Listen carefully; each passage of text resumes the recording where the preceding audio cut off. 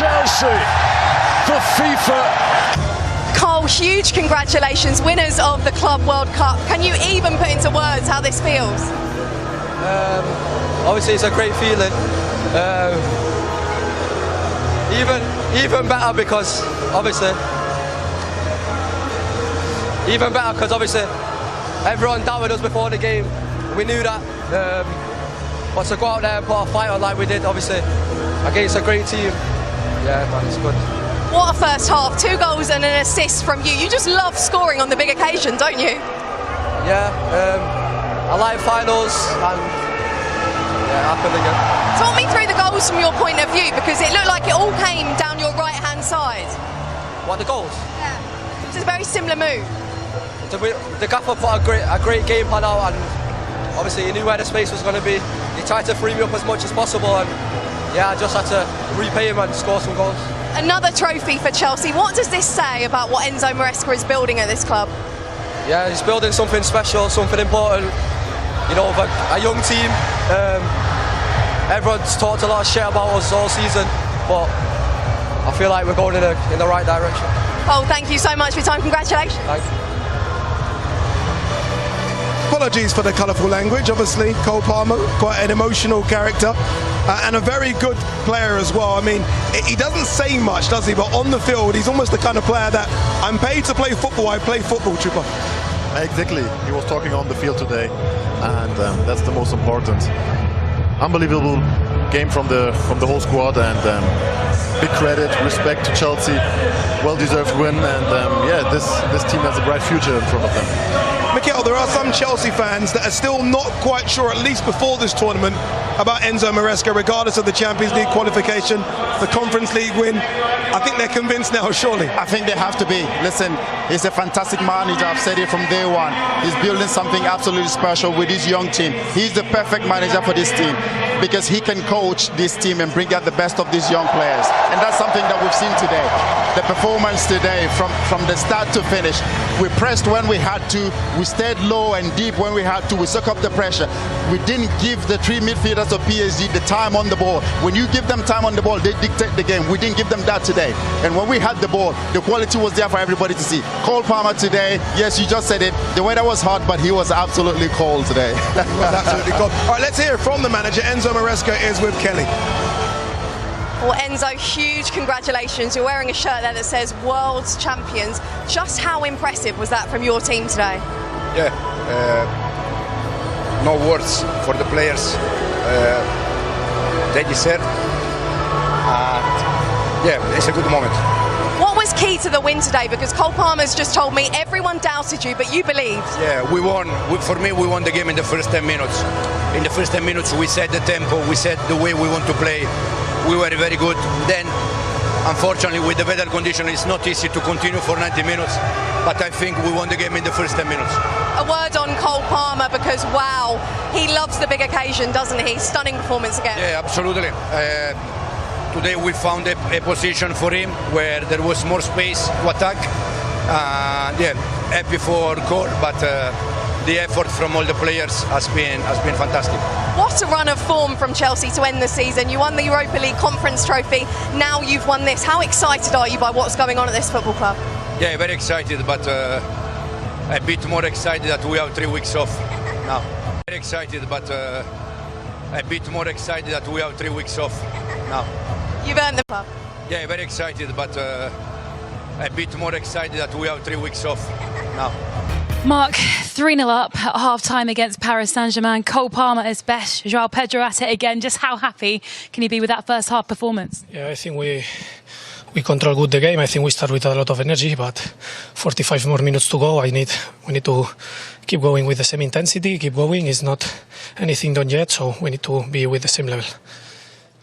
A key interception from you at 0-0. You read the game so well. You knew that Doué was going to pass the ball. How confident are you feeling at the back?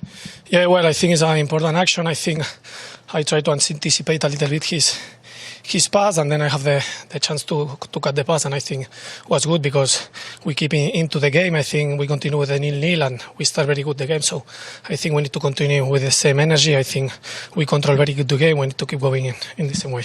Mark, thanks for your time. Thank you. And they win it all. Wow, just about caught my breath. Loads going on there, by the way. That was interesting. Donald Trump and Rich James. I was like, can I? Am I allowed? But in the end, look, focusing on the pitch, this Chelsea side were just almost just too good for PSG. Sometimes it comes to being that simple, just too good on the night. Yeah, and I think we always mentioned before that PSG were the strong favourites, but it's the final, anything can happen, and Chelsea just got it perfectly right today, and it was their day. Certainly was the day. Obi, let's go through the goals. Again, Cole Palmer, superior player of the match, involved in absolutely everything Chelsea did right today. Oh yeah, absolutely everything we did today. Great run here by Malo Gusto. I thought he could have hit it there, chopped it there, but yeah. But Cole Palmer, as cool as you like, just placed it, just passed it in. And then Sanchez was under pressure, but just managed to play it out. And of course, Gusto here thought he could hit it, just chopped it, and of course laid over to Cole Palmer. Just the ability to be so calm in front of goal and just slide it in the bottom corner there. Donnarumma had absolutely no chance. 2 goals he scored was absolutely similar goals. He was absolutely fantastic today. Everything went through him. He was brilliant, absolutely brilliant. Fantastic player, fantastic tournament. And the first goal, very similar to the second goal. He almost, you know what he's going to do. A bit like Messi and this man here, Gareth Bale. Once they get it on that left foot, you can't stop it. You might know it's coming, but there's nothing you can do. Exactly. You remind me as well a little bit of Iron Robin. It's also the same. You know where he will shoot with his strong left foot, but no chance for Donnarumma, so yeah. What I like there, Gareth, as well, is the run from João Pedro. Yeah. So the defender immediately has a look at João, and that opens that's what creates the goal. It's the diversion, that kind of sacrifice of the team, that running off the ball, which makes a space for him. But I think also the last person you want one-on-one with Cole Palmer at the edge of the box is Vitinha. Yeah, I don't know what he was doing there. So, I mean, you needed a centre-back or a left-back, an actual defender, but Vitinha was the guy who was defending against Cole Palmer there at the edge of the box. And of course, he just thought he was going to pass it to João Felix. And again, same way he finished the first goal, just slide it in the bottom corner. Again, Donnarumma, no chance. And really, Chico, the game was over before half-time. The third goal, João Pedro, kind of killed the game off. We all had hoped that maybe PSG could do something to liven up the second half, but this finish from João Pedro, I mean, he's coming from Brighton and he's done the business straight away from him. Yeah, brilliant goal. First of all, the way he puts himself in the right spot, the run in behind, and then yeah, such a finish shows his quality, his skills, and yeah, beautiful goal. Fantastic goal. One man that you've critiqued a little bit, Mikel, has been the goalkeeper, and rightly so, because he has made a lot of mistakes this season. Not this game. Not this game, no. This game. He's waiting for it. What did he win? No, listen, I'm surprised. Not surprised, but he had a really good game today. No, you said surprised. No, you were surprised. Credit when credit is due. He did play a good game today.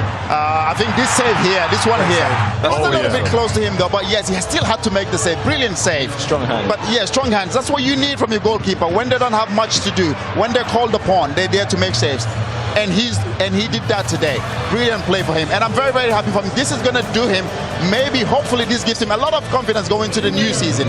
And we can see a much, much better Sanchez coming up season. Does Enzo Maresca have a little bit of a headache here? Because obviously, look, they've clearly tried to sign another goalkeeper.